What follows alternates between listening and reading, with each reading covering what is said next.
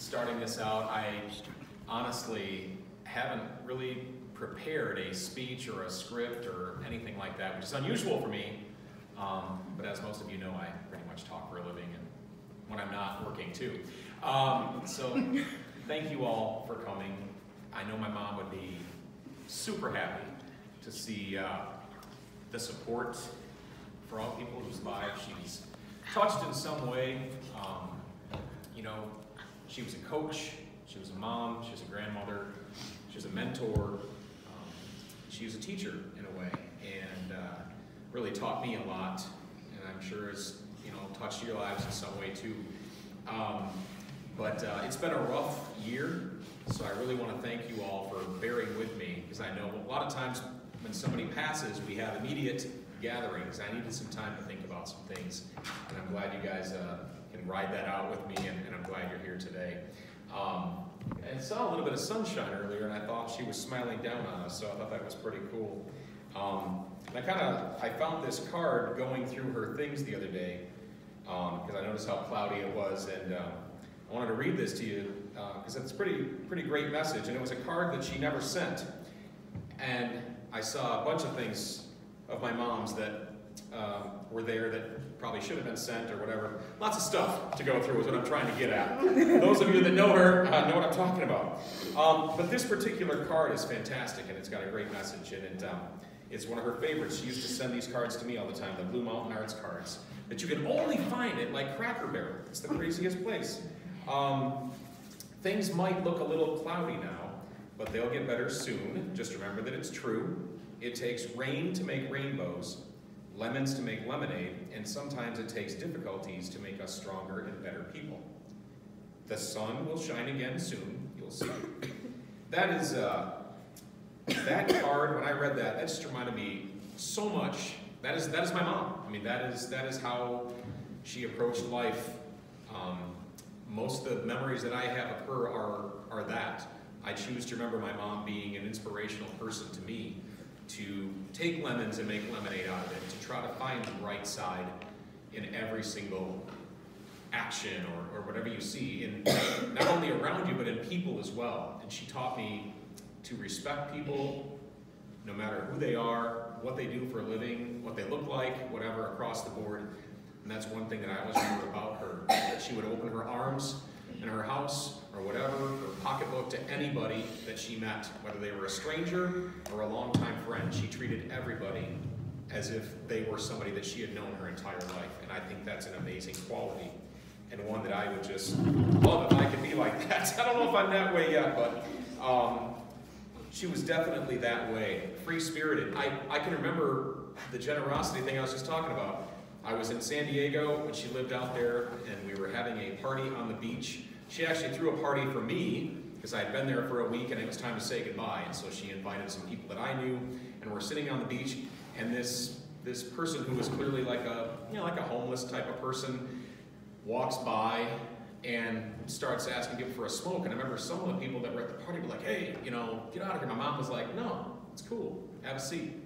You know, and it was that kind of mentality that really embodied what she was and how she liked to be. But free-spirited for sure. You guys can all laugh at that. That's fine. That's probably an understatement. Right down to how she dressed, right? We were just talking about that. We're all optional. Okay.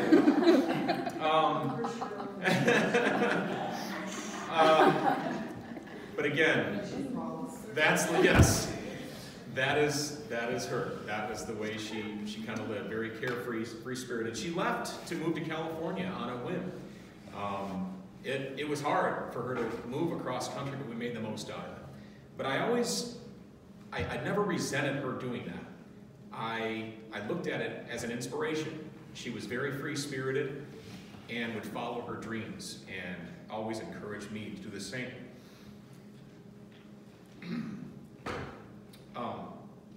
And she would even like to take trips with the kids. One of the things that I remember when she moved back to DeWitt so that she could be closer to the grandkids. That's why she left the most beautiful place on earth, Sedona, Arizona. She left there to come be closer to us. And one of the first things that she wanted to do was spend part of her inheritance on taking the kids to Michigan's Adventure, which, if any of you have been there with kids, you know it's going to take about an inheritance to pay for it.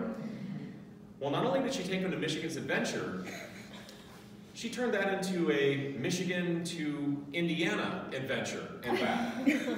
Somehow went to Muskegon, to Michigan's Adventure with the kids, and gave us a call around 10 o'clock and said, it's going to be a while, we're in South Bend. Not really sure where the left turn in Albuquerque came into place, but we stayed up and they all made it home safely and soundly. So that was, you're welcome, guys. I wanted to share that memory. I shared it for you. That was, again, the wandering spirit. Not quite to California, but almost. And back and forth a few times, but again, always followed her dreams and pursuits. She loves sports. You know, I'm so proud of all her softball accomplishments, and you know, that woman could still pitch right up till a couple of years ago, and she could still bring it. And I know Emma benefited from that, and she passed along that information to Tim and Emily about, you know, her coaching and things along the years. And I love seeing her. The one cleat, of course, of all the things in her house, you'd think I could find a matching pair of cleats. I found one. And her ball gloves. So, but she loves sports, and really, Michigan State across the board. You know, go green. Our family, both sides of my family, that's what it is. It's all about the green and white, except for U of M softball. And that is the only, to this day, the only U of M team I root for too, because of my mother, because she got to play with Carol Hutchins. Carol Hutchins. Yeah, Hutch. Great teammate and a great competitor on the field. I know my mom really enjoyed that friendship over the years with Joanne, and really enjoyed going to see Hutch. And she was always so generous to my mom and Joanne and anybody else that would go from the old Lansing softball days. I used to love being the bat boy, whether it was for the Stars, or whether it was for the Bad News Bears, or any of the myriad other teams that we got to play. In fact, my very first trophy ever was a little bat boy trophy, which I couldn't find, but I got it somewhere. My mom taught me how to be passionate about things. Again, how to be kind and generous, how to hug, and how to be emotional. And God knows I'm an emotional train wreck most of the time.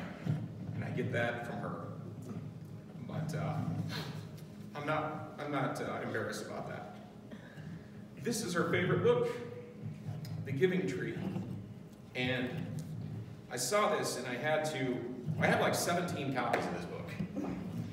This one happens to belong to Emma, and I know that because it says Emma. And it's colored on all the pages.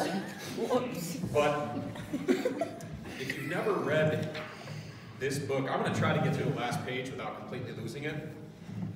This book reminds me of my mom, and it's an amazing book. If you don't have it, you should buy it. It says, "I don't need very much now," said the boy. "Just a quiet place to sit and rest. I'm very tired." "Well," said the tree, straightening herself up as much as she could, "an old stump is good for sitting and resting. Come, boy, sit down. Sit down and rest." And the boy did. And the tree was happy. The end. That reminds me of my mom. Because I know she's happy now. And she's in a safe place. And she's in a good place. And she's smiling down on all of us right now. So thank you all for coming. I appreciate it very much. Thank you. Tim.